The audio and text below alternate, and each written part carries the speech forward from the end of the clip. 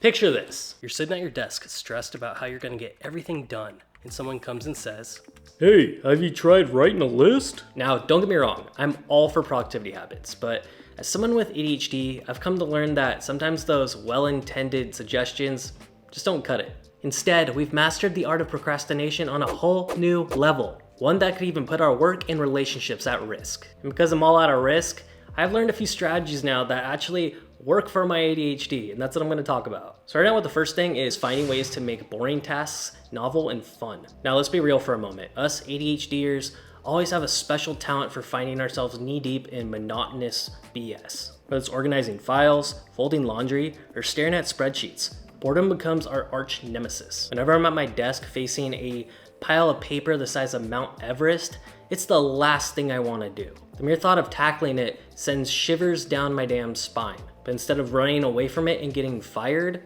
this is where creativity comes in. Anytime you can gamify a task and make it more creative and fun and maybe a reward system behind it, it's going to allow you to want to get it done, and you are going to focus on it because you want the reward. Or I'll see if I can move to a different location, maybe in or outside the office, where I feel like I'm a bit more creative or I'm a bit more focused. Really just setting yourself up for the optimal experience in order to feel the most comfortable and productive is really ideal. For me, I'm one of those people where if I need to work out, I'm going to a gym. If I need to read, I'm going to a library. If I need to work, I'm going to the office. Whatever the case is. So finding that creativity to put myself in my creative zone in order to get that work done has been very helpful for me. This makes boring tasks more enjoyable and it boosts my creativity. And let's say I go to like a smoothie store and I'm drinking my favorite smoothie while I'm doing this. Anything to incentivize myself to be as comfortable as possible in my environment or reward myself after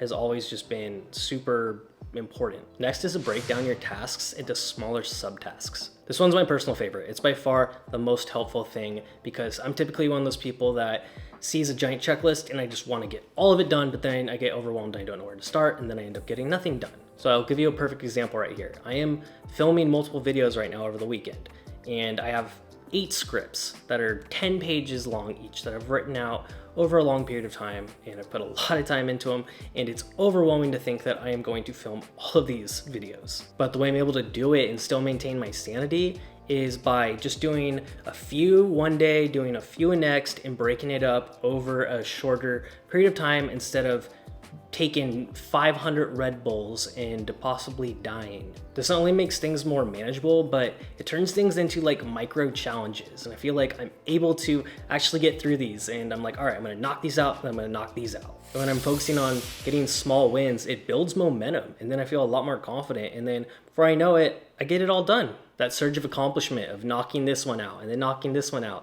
just allows me to continue forward and get excited about the process. And I'm not gonna lie to you, it's easy to get carried away with subtasks. You might wanna add more things to your checklist just so you could cross it off, like get a new cat, but whatever gets the dopamine flowing, right?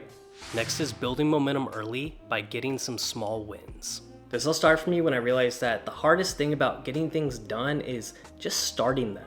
But then I realized that if I did a tiny task that I 100% could accomplish, then that'll build momentum and carry on throughout the day. So let's say I get to work and I have just a super important massive project that I need to get done. So instead of just jumping straight into it like Duke Kaboom in Toy Story, I will do something simple first, like create a document or organize my workspace. This creates a domino effect of accomplishment, and once you get your wins going, it's a lot easier to take on those bigger projects. I must admit, sometimes my definition of a tiny task can be a bit creative. Maybe I'll reorganize my colorful arrangement of sticky notes or go through my emails that I've already read. I call this one strategic procrastination. Next, for every item on your to-do list, jot down why it's a priority. This was going to transform your to-do list from a messy whatever that is to a productive powerhouse. Whenever my ADHD brain needs a little bit more motivation to get started, I will look at those tasks and I will ask myself, why is this a priority? Why do I actually have to do this? What's at stake here? Let's say I have to take a ton of files down to the storage room. Instead of seeing that as a mundane task, I ask myself why it's important. By connecting each task to a bigger purpose or personal fulfillment, you will transform it into something a bit more meaningful.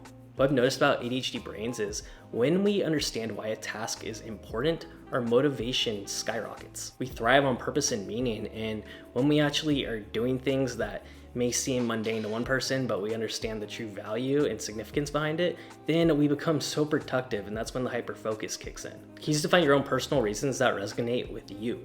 Maybe it's to enjoy a cluttered-free workspace, or impress your friends, or don't get fired. Next is to get strategic about distractions. Too many times I'm at my desk ready to start a new task, and all of a sudden a notification pops up to watch a dog video.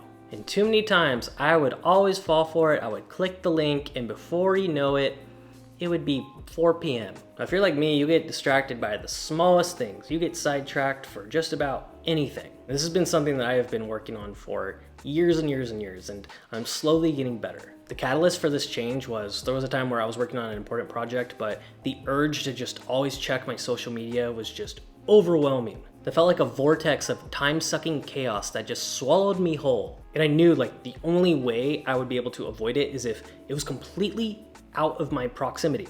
So I actually gave my phone to one of the attorneys and I said, keep it, I don't want it, I'm doing work. I put in my noise canceling headphones so I could eliminate distractions, and I couldn't go on social media then. I went into a computer that didn't allow me to go on those things, and I was able to just be, all right, it's just you and me, gotta get it done. When you're able to create an environment that minimizes distractions, that's when you can hone in on your hyperfocus ADHD superpower and actually use it to your benefit. And I love the hyperfocus thing, because the beauty of our ADHD brains is when we're able to be in a distraction-free zone, we are just on it. We're able to do so much. Now, everyone's strategic minimizing distraction techniques are all different. If you have friends at work that always come up and distract you, maybe you gotta wear a funky do not disturb giant baseball cap, or put caution tape on the outside of your door. Whatever it is, you gotta find out what works for you. For me, technology is, well, it's a double-edged sword. I hate it, but I love it, but damn it, I love it.